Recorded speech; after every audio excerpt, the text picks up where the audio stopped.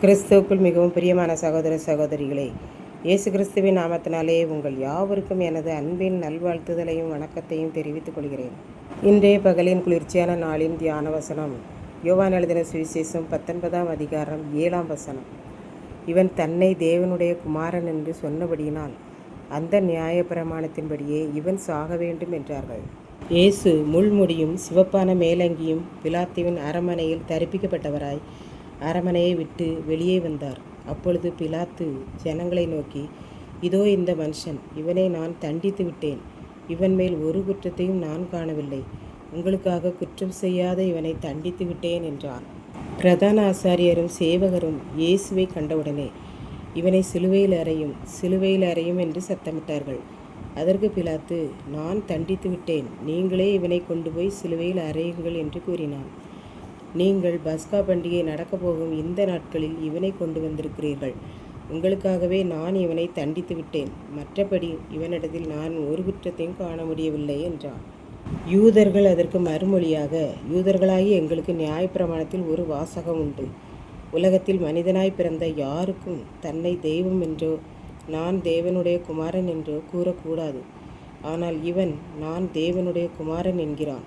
பிதாவாகிய தேவன்தான் என்னை அனுப்பினார், நானும் பிதாவும் ஒன்றாயிருக்கிறோம் என்று தன்னை தேவனுக்கு சமமானவன் என்று கூறுகிறான் என்றார்கள்.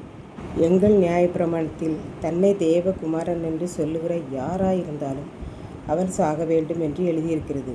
ஆகவே இவன் தன்னை தேவனுடைய குமாரன் என்று சொல்லுகிறபடியால் இவன் சாக வேண்டும் என்று மிகுந்த சத்தமாய் ஒருமிக்க கூக்குரலிட்டார்கள். பிலாத்து இயேசு தன்னை தேவகுமாரன் என்று சொன்னார் என்ற வார்த்தையை கேட்டபோது ஏற்கனவே சத்தியமாவது என்ன என்று இயேசுவிடம் கேட்டு அறிந்து கொண்டபடியால் இன்னும் அதிகமாய் பயப்பட்டான்.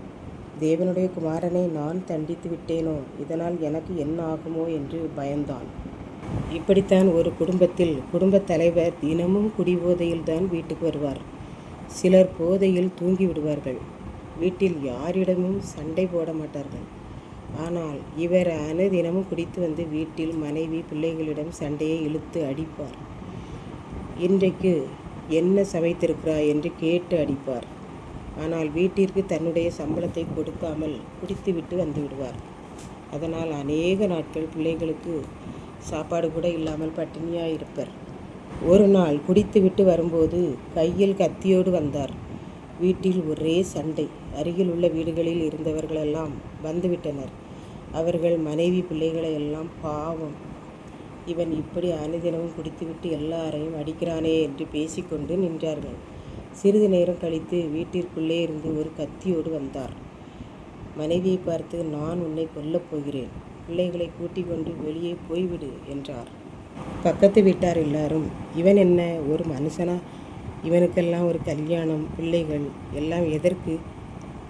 இவன் திருமணம் பண்ணியிருக்கவே கூடாது, சும்மா வெட்டியாக இருந்திருக்கலாம். மனைவி பிள்ளைகளையும் இவ்வளவு பாடாய்படுத்துகிறானே என்று கூறிக்கொண்டு எல்லாரும் அவனை பார்த்து, உனக்கு அறிவு இருக்கிறதா? என்ன நினைத்து கொண்டு இருக்கிறாய்? முதலில் கத்தியை கீழே போடு. உன்னோடு இந்த 3 பேரும் இருக்க முடியாமல் பட்டினியும் பசியுமாய் பயந்து கொண்டு இருக்கிறார்கள். ஆகவே முதலில் நீ சாக வேண்டும். அப்பொழுதுதான் இந்த வீடு உருப்படும். உன் மனைவியே உழைத்து குடும்பத்தை நடத்தி விடுவார்கள். நீ இருந்து என்ன பயன்? நீ போக வேண்டும் என்றார்கள். இதை கேட்டுக்கொண்டிருக்கும் எனக்கன்பானவர்களே, இன்றைக்கு நம்முடைய சிந்தனை என்ன? இங்கே கணவர் குடித்து வீட்டில் நிம்மதி இல்லாமல் சண்டையோடு இருக்கிறார். ஆகவே அவர்கள் சாக வேண்டும் என்று மற்றவர்கள் சொன்னார்கள். ஆனால் நம் ஆண்டவர் என்ன தவறு செய்தார் என்று இந்த யூதர்கள் அவன் சாக வேண்டும் என்று கூறினார்கள் என்பதை சிந்தித்து பார்ப்போம்.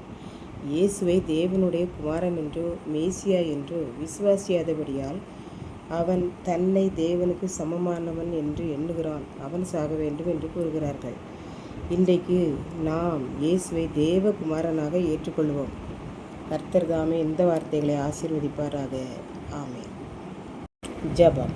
அன்பின் ஆண்டவரே, இந்த அருமையான நல்ல நாளுக்காக நன்றியோடு ஸ்தோத்திரிக்கிறேன்.